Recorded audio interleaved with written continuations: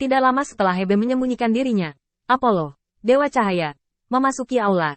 Dan segera setelah itu, Zeus tiba-tiba muncul di aula. Ini Apollo, perang macam apa kamu memanggilku? Di mana itu jatuh lagi? Zeus merasa sakit kepala ketika dia menyebutkan ini.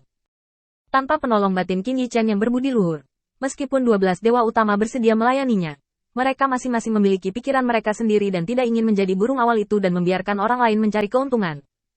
Meskipun mungkin tampak seperti Olympus sekarang lebih kuat, pada kenyataannya, api tidak di wilayah mereka, dan mereka akan lebih dari senang untuk menonton pertunjukan daripada membantu.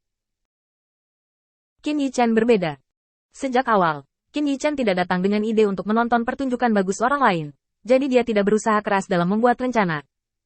Di mata Zeus, ini menjadi bukti bahwa Qin Yichen berbeda dari orang biasa. Itu juga merupakan keyakinannya yang teguh selangkah demi selangkah bahwa Qin Yichen adalah tebakan wali taunya. Sekarang, penjaga itu pergi. Permukaan Zeus cerah dan berawan. Dan Komandan Olympus mengisi posisi kosong yang ditinggalkan oleh Qin Yichen. Tetapi hanya Zeus sendiri yang tahu seberapa banyak dia membuat pilihan seperti itu dengan pasrah. Lagi pula, tidak banyak orang yang bisa dia kirim sekarang yang bisa dipercaya dan yang benar-benar bersedia melakukan sesuatu untuk Olympus. Setelah keheningan singkat, Zeus menggelengkan kepalanya.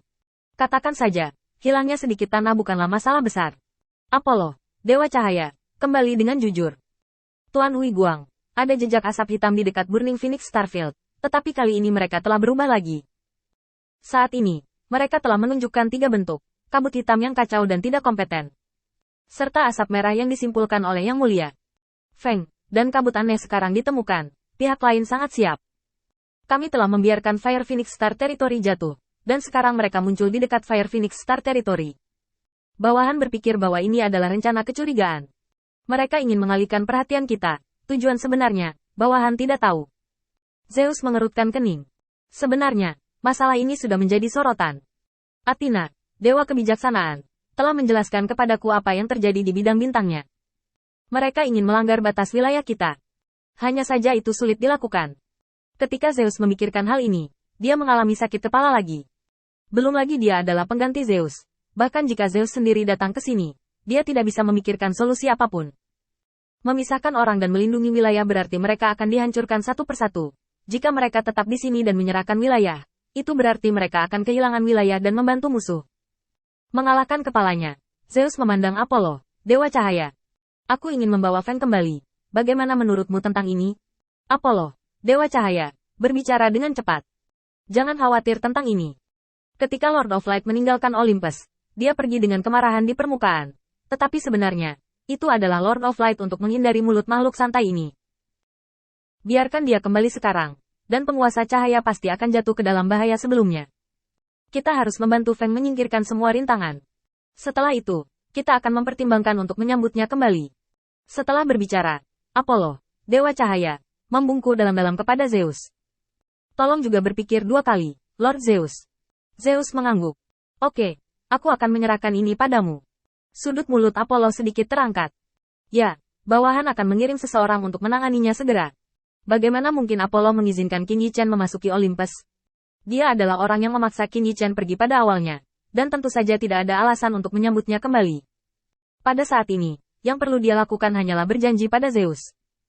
Langkah pembunuh yang sebenarnya, dia sudah mempersiapkan sebelumnya, dengan perhatian Heber untuk ayahnya. Biarkan dia membunuh, angin, dan bahkan jika perintah lisan Zeus disajikan, hanya mayat yang akan menyambutnya. Selain itu, karena Hebo memilih untuk membantu ayahnya, itu juga berarti bahwa dia tidak akan pernah mengkhianati dirinya sendiri, dan tidak ada yang akan yakin bahwa itu adalah miliknya.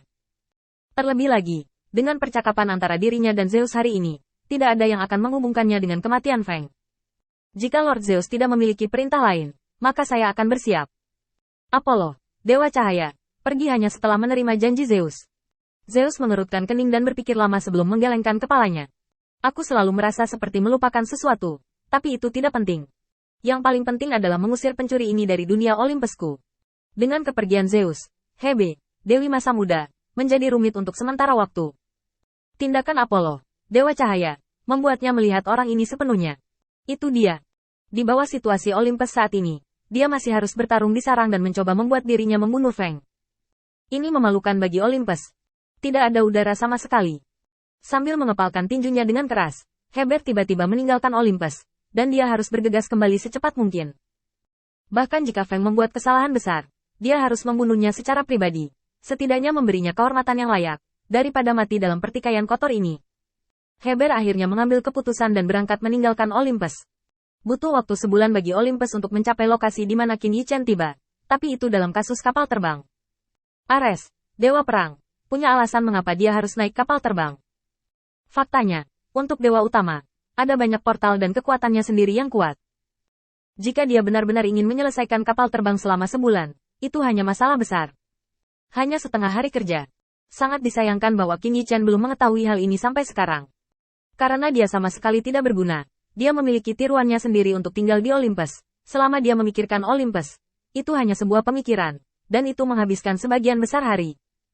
Saat Hebo menemukan bidang bintang Qin Yichen lagi, tiba-tiba Hebo memiliki pemikiran lain di dalam hatinya. Sama seperti terakhir kali dia berkonspirasi dengan Qin Yichen, dia merasa bahwa Qin Yichen harus diberi kesempatan untuk menjelaskan. Setidaknya, angin harus tahu bagaimana situasinya sekarang, agar tidak diadu dengan Apollo, Dewa Cahaya, dan saya tidak tahu apa yang sedang terjadi. Adapun hal-hal lain, kita dapat mengesampingkannya untuk saat ini. Lagi pula, itu tidak penting. Yang benar-benar penting adalah sekarang. Angin harus duduk dan bersiap lebih awal. Lagi pula, siapa bilang angin harus punya ide seperti itu? Apakah yang Anda lihat harus benar? Bahkan ketika dia melihat Apollo, Dewa Cahaya, dia hanya berakting. Semuanya palsu. Dan mungkin apa yang dia lihat juga merupakan cara Feng datang untuk menyingkirkan Olympus yang sedang bertengkar. Singkatnya, Anda harus mencari tahu segalanya terlebih dahulu. Siapa yang benar dan siapa yang salah. Dan kemudian membuat keputusan.